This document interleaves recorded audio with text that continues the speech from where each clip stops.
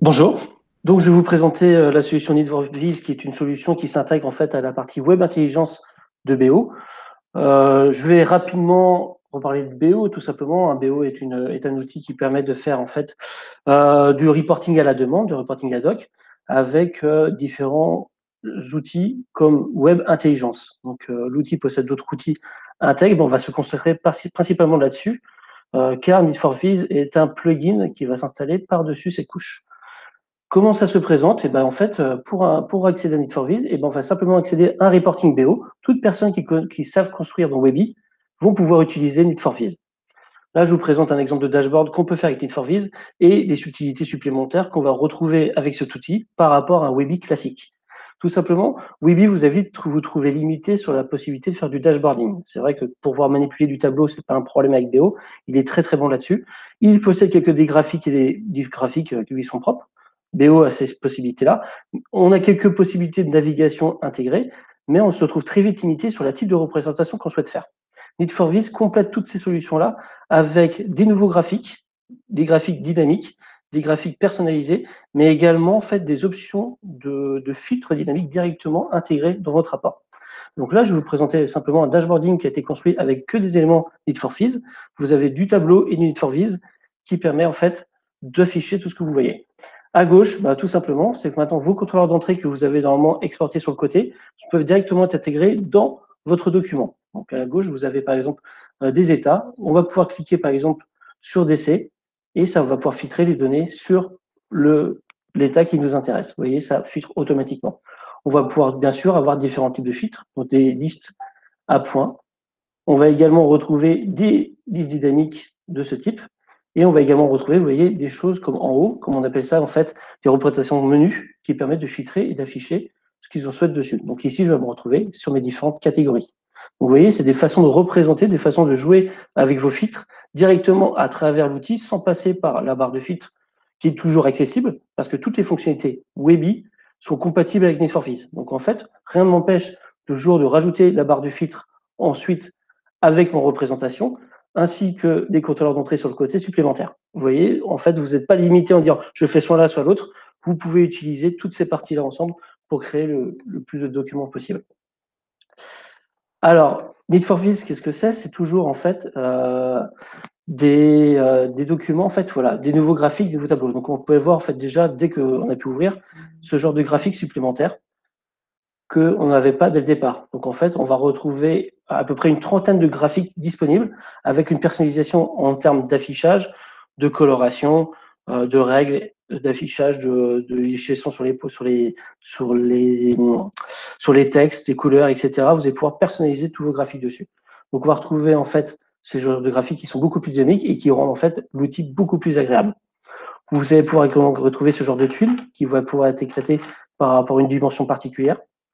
On va retrouver également donc des tableaux particuliers. Je reviendrai à côté parce que vous allez voir une des grosses forces de Need4Viz, c'est également proposer des nouveaux tableaux qui n'existaient pas avant dans BO et qui sont très intéressants.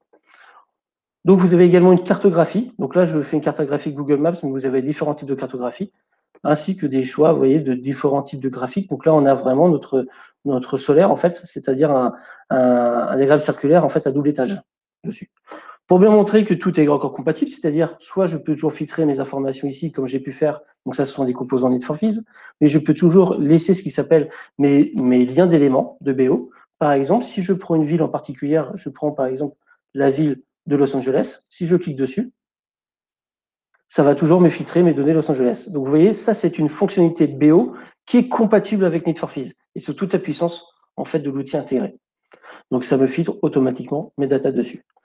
J'ai bien sûr des petites options assez sympas. Par exemple, si je veux retirer, forcément, j'ai toujours la possibilité de retirer ma sélection.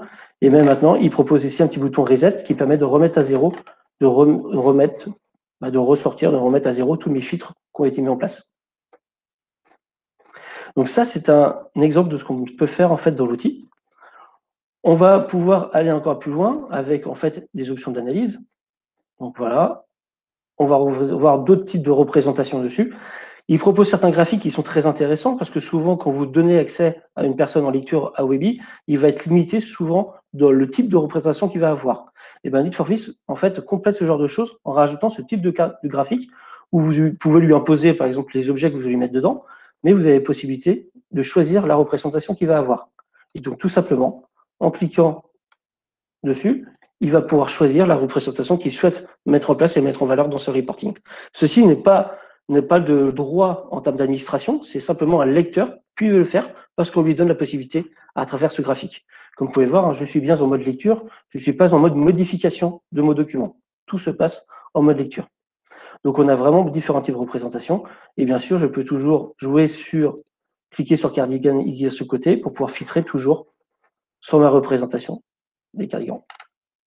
Donc voilà, on a ce genre de représentation dessus. Ça, c'est pour la partie graphique. Alors, je vais vous parler des tableaux. Et après, ensuite, je vais vous parler comment on les construit, quelle est la différence avec Weebly là-dessus. Donc, la représentation des tableaux. Ce qui est très intéressant en plus, c'est que voilà, il propose en fait un système de tableaux directement intégrés qui ne sont pas simplement des tableaux comme dans BO fait, donc on peut bien sûr en ajouter, mais des tableaux avec des informations où on pourra directement rajouter des filtres de saisie et naviguer facilement dedans. Quand on parle de tableaux, en fait, on peut également se dire, c'est intéressant d'avoir des tableaux comme ça, mais si je veux ressortir mes données par rapport à ces informations-là, j'ai une possibilité de toujours d'afficher ce qui s'appelle la table, en fait, qui est disponible, donc le View Data View, et d'afficher directement tout le contenu de chaque graphique qui est affiché, et de toujours de filtrer avec, pour aller affiner mes données. Ça, ce sont vraiment les types de représentations que vous pouvez avoir. Je continue sur les tableaux qui sont très intéressants. Un qui est vraiment génial avec Need4Viz, c'est cette partie-là, c'est le tableau que vous avez ici. Donc, cette représentation, qu'est-ce qu'on a? C'est qu'on a toujours des filtres sur le côté sur lequel on peut choisir l'état, mais ici, vous avez également des représentations à choix multiples, c'est-à-dire que, par exemple, ici, j'ai ma liste des produits, et je peux faire un choix de produit par rapport à une ligne ou une catégorie, et ça va simplement filtrer à ce niveau-là.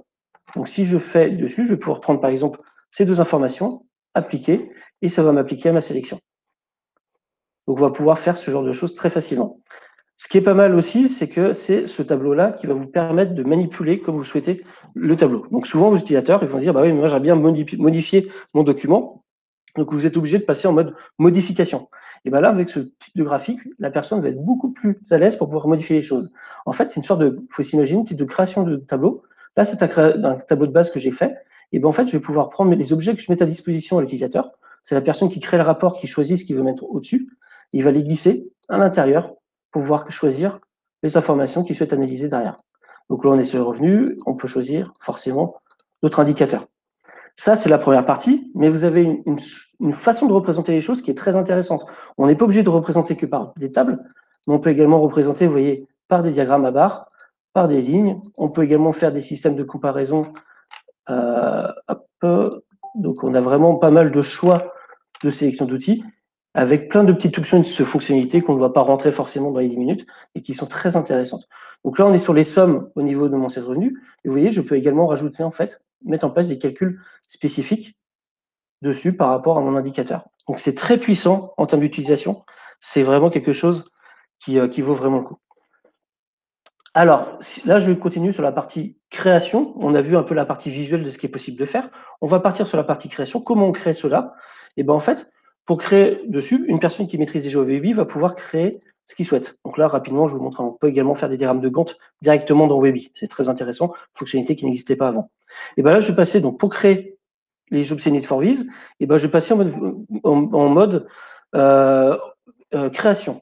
Donc, création de documents. En haut, vous avez toujours la possibilité de créer les graphiques BO classiques. Et dans More, vous avez tous les documents, All Chart, pour tous les graphiques. Donc, je vais en mettre un. Et vous voyez ici, c'est qu'en fait, les objets Need4Viz apparaissent de cette façon-là. Et vous avez la possibilité de tous les voir à ce niveau-là. Donc, en fait, il fonctionne exactement comme dans BO. C'est si vous souhaitez, par exemple, faire, on va prendre quelque chose de simple dessus pour éviter, par exemple, on va prendre un sample SunK. Donc, le SunK, je vais pouvoir mettre, par exemple, mes villes. Je vais pouvoir mettre, par exemple, on va pas prendre les magasins dessus, mais les catégories. Et la taille va dépendre, en fait, des revenus. Je fais OK. Vous voyez, ça fonctionne comme un rapport, comme un document BO, un rapport BO. Et vous avez votre graphique qui apparaît dessus.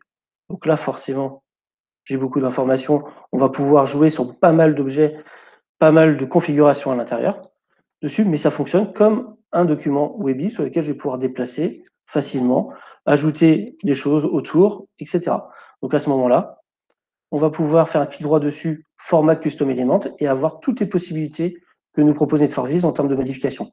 Et vraiment, ils en ont rajouté beaucoup, comme des fonctionnalités qui étaient super intéressantes et qui manquaient, comme là, par exemple, la partie full screen, qui permet de rajouter un petit bouton d'augmentation, de passer voilà, en mode full screen, c'est-à-dire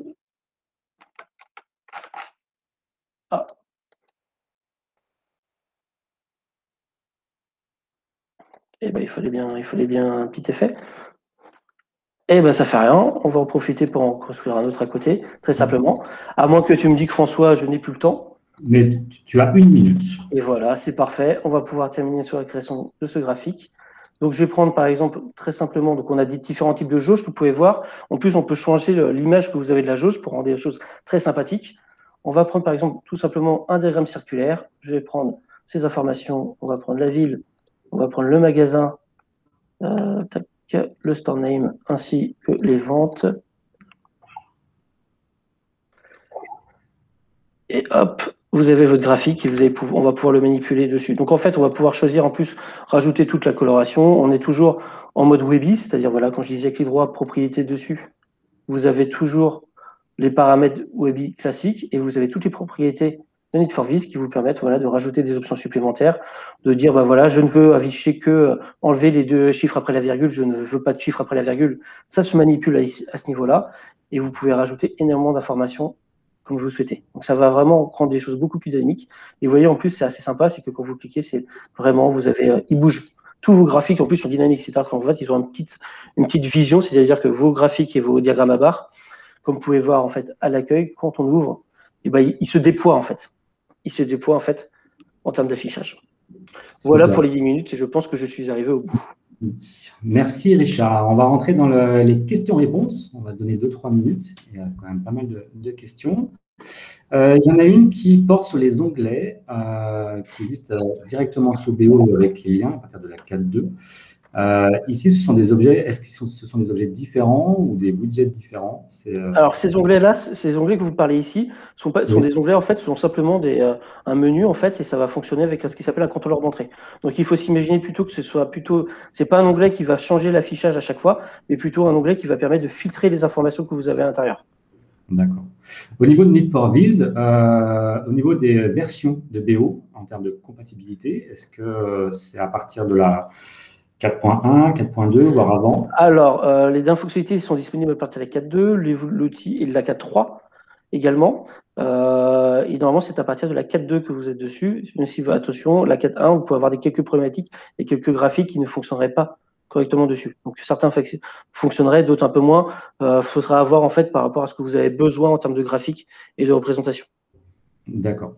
Il y a la fameuse question du prix. Je sais que c'est toujours compliqué d'estimer comme ça, parce que je pense qu'au niveau de la plateforme, il y a quand même beaucoup d'indicateurs, d'éléments à prendre en compte. Est-ce que du coup la tarification, c'est quelque chose d'assez simple ou Alors, moi, je vous propose plutôt, c'est que vous revenez vers nous, on va pouvoir plutôt en discuter directement au niveau des tarifications, car voilà, c'est forcément les tarifications éditeurs. C'est parfois un peu plus compliqué d'en parler comme ça, donc moi, je vous propose plutôt que vous revenez vers nous, et en fait, ça va également dépendre, en fait, tout simplement du besoin, du nombre de graphiques dont vous avez besoin. En fait, voilà, si vous avez besoin de toutes les fonctionnalités graphiques, le prix sera différent que si vous avez besoin de quelques graphiques en petit. Super. Une petite inquiétude par rapport à le fait que SAP puisse l'intégrer dans ses prochaines versions. Alors non, SAP, il faut savoir que lors des présentations officielles que fait SAP sur sa nouvelle version, on va parler par exemple de la 4.2 SP2 qui va sortir en mois de décembre. SAP intègre toujours Need4Viz en fait dans leur présentation et le présente à côté. Donc il n'y a pas de possibilité dessus. Ils le faisaient également avec 360, ils ne les ont jamais intégrés. Vous voyez, donc en fait, ce sera toujours des solutions qui sont à côté dessus. Si vous souhaitez partir sur des solutions vraiment dashboarding orientées SAP, c'est-à-dire qui sortiraient de Webby, mais qui seraient toujours dans l'environnement SAP, à ce moment-là, il faudrait partir soit vers Lumira, soit vers SAP Analytics Cloud. D'accord. Au niveau de l'exploration, est-ce qu'avec des dimensions, est-ce qu'on peut explorer avec des dimensions à travers Need4Viz, notamment avec un organigramme, par exemple? Tout à fait. Là, je peux vous présenter rapidement un petit graphique dessus. Tout dépend. Il existe donc des organigrammes, bien sûr, disponibles, mais voici un exemple très simple d'autres types de représentations. On va pouvoir exporter. Donc là, j'ai mes départements. Je clique sur ma Californie. Donc j'ai 2 villes, Los Angeles. Je défends encore au niveau de mon magasin et j'ai ma représentation des types de ventes qu'ils ont faites. Alors forcément, j'ai une jaquette parce que j'ai mis une jaquette. Si je passe sur toutes les valeurs, hop, on va reprendre Californie, Los Angeles. Dessus, vous voyez, on a la représentation des choses. Donc, certaines représentations, il y a des représentations en fait d'exploration en fait qui sont directement intégrées dedans. Soit vous pouvez toujours utiliser BO, mais il y a également certains graphiques qui permettent également de le faire et de jouer avec dessus. Et ça, c'est simple, c'est que les systèmes vont automatiquement intégrer vos explorations, ou vous pouvez lui-même vous intégrer, lui dire quelle petite exploration vous souhaitez faire en lui mettant les objets les uns après les autres directement dans le graphique. D'accord.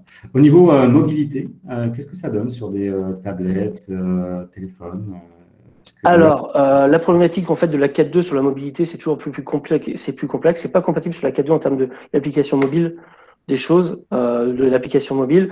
Dès que vous êtes en mode web, ça va fonctionner, mais BO, vous savez qu'en 4.2, en 4.2, c'est plus compliqué d'utiliser BO en termes de tablette.